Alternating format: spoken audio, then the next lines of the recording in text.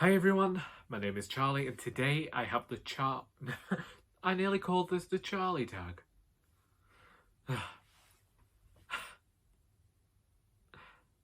Today, let's just try this again. Hi everyone, my name is Charlie and today I have the chocolate tag. I was tagged by Danny over at Spinelli Speaks, and this tag was created by a Daydreamer's Ramblings way back in 2014, before I had a channel, and also I don't believe she makes videos anymore. Anyway, it's a bit of a simple tag, like they did back in the day, the old ones, where they gave you things related to something, similar to the T tag that I did in 2016, and you talk about a book in relation to that aspect of the subject. So there's loads of different chocolates, and I've got to recommend you a book based on that one. So we're going to start with dark chocolate, and for this we've got a book that covers a dark topic. For this, I've gone with Pet by Akwaeke Emezi. So Pet is a modern fairy tale. This is set in the city of Lucille. Jem is a young trans girl who accidentally awakens one of her mother's paintings.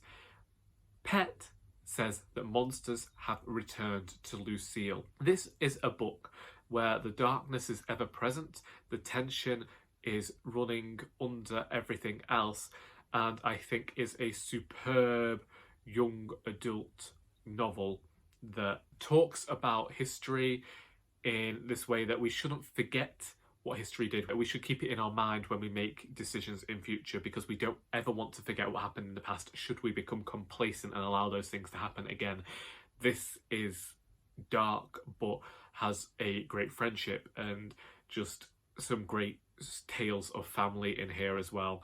Then we move on to white chocolate, your favourite light-hearted / humorous read.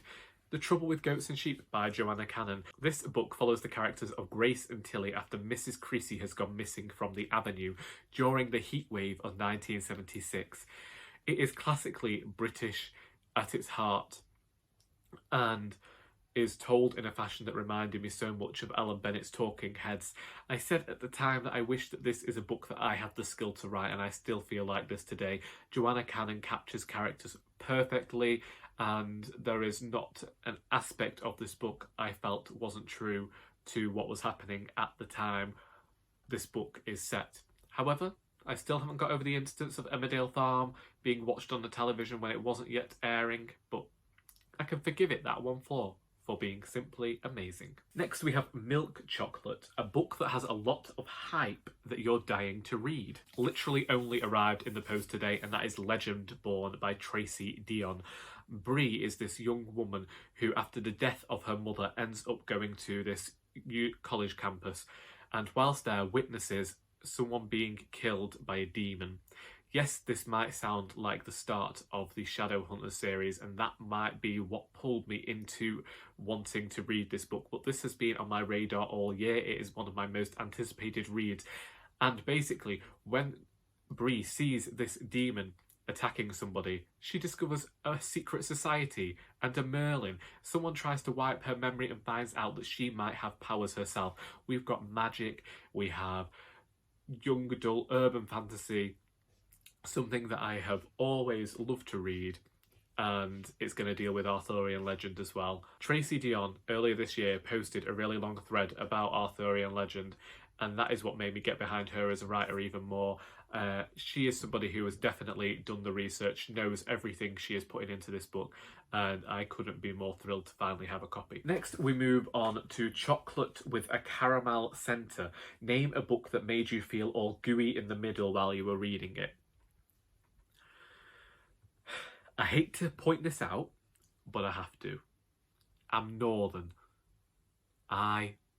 Despite the fact that people in Preston want to tear that away from me, despite the fact that people in Newcastle want to take that off me, I have a Northern heritage. I'm not in the Midlands, and because of that, I don't get gooey inside. The only way I'm getting gooey, any way you're getting gooey inside me is if I swallow a bucket full of gunge, is all I can say. It's not happening.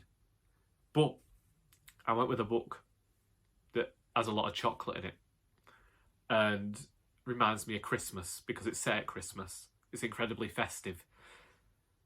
And that was basically the reason that you get in the Lollipop shoes by Joanna Harris.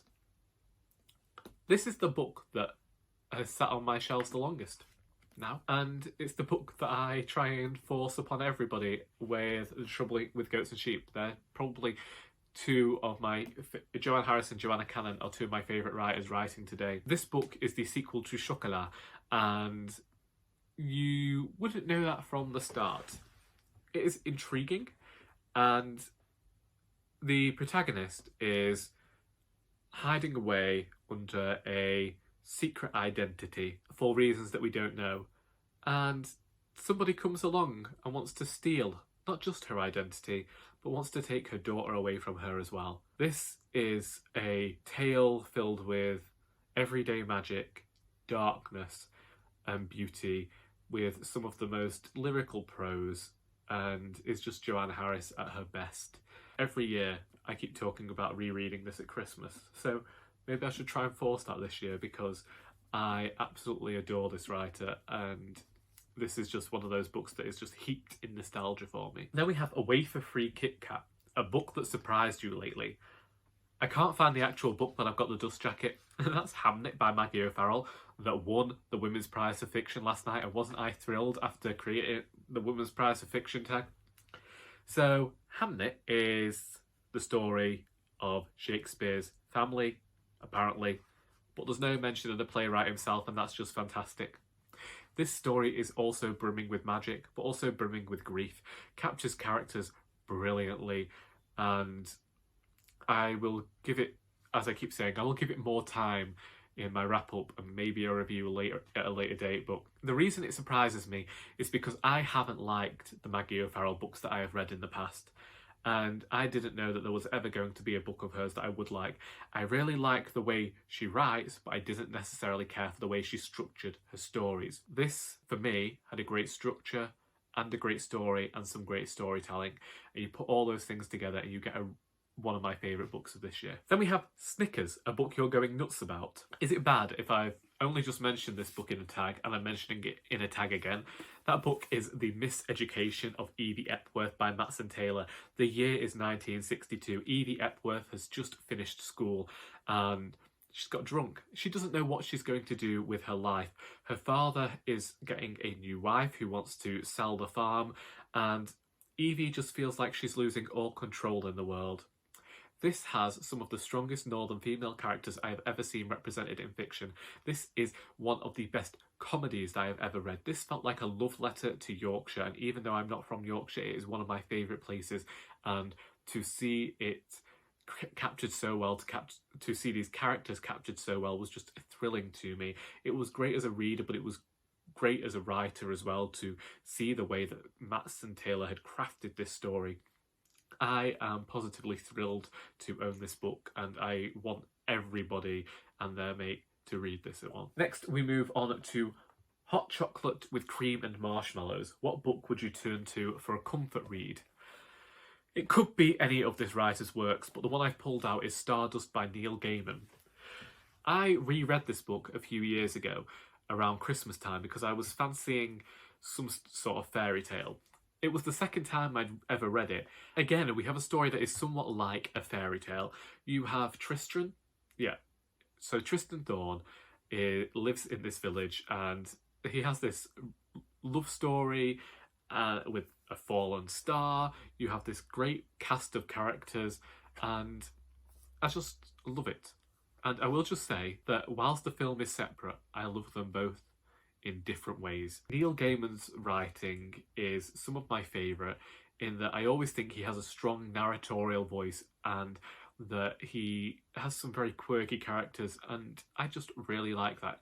His way of writing appeals to me. The humour he has in there and just the absurdist, surrealist stuff going on just appeals to me. And then we have 8, Box of Chocolates. What series have you read that you feel has a wide variety and a little something for everyone? Is it called the Poppy War series? because this is The Poppy War by R.F. Kuang. I don't yet own The Dragon Republic, though I've read that one, and The Burning God is on my Kindle, having got an arc from NetGalley, and I can tell you that this is probably my favourite series of the moment. It is dark. It's telling this tale of a person I didn't expect to become an anti-hero with the character of Rin. In this first book, I felt sympathetic towards Rin. In the second book, I didn't feel that way so much. And slowly, as the character came back to herself, I began to like her more. And now I feel like I've never read a protagonist like this before, with so many flaws, but with the ability for me to still love them as a character, who makes tough decisions. These books are hefty, and I fly through them. R.F. Kuang has a brilliant way of writing. I'll admit that sometimes I have also listened to the audiobooks whilst reading them, and the narrator of the audiobooks does a fantastic job at bringing these books to life. I like the magic that's in here. I like the links to mythology and legend that are in the books as well. I like the aspects of history that are in here. I like that the author is unafraid to harm her characters to advance the story and show the actual brutality of war without any of the candy coating that we get in other forms of media. This is brilliant. The whole series has proven to be quite fantastic, and when I eventually do get to sharing that review of The Burning God, yeah, it's going to be grand. Right, them's the prompts, them's the books. Great intersection there. Do I have to tag anyone? Oh god, I think I actually do have to tag people, you know. So, shall we see who has been watching my videos recently? Shall we do that? Just steal this idea. Well, there we go. There's one person who we always tag each other, so let's do it again. I'll tag Deonn of Deonn Reads. Does Matthew of MCS Books do tags? If we'll find out, because he's tagged as well. We'll shove Marianne of Marianne Moronsky in here. Let's have a bit of Jason's Weird Reads in here. And... oh... who can this finger be? Steve Partridge? There we go. Well, that's 5 people, and I like to tag 5 people, and I was only going to tag 3, so we're okay there. All right, then. I hope that you got something out of this video besides sheer boredom. If you want to talk about any of these books, then please feel free to do so in the comments. And until next time, that is all.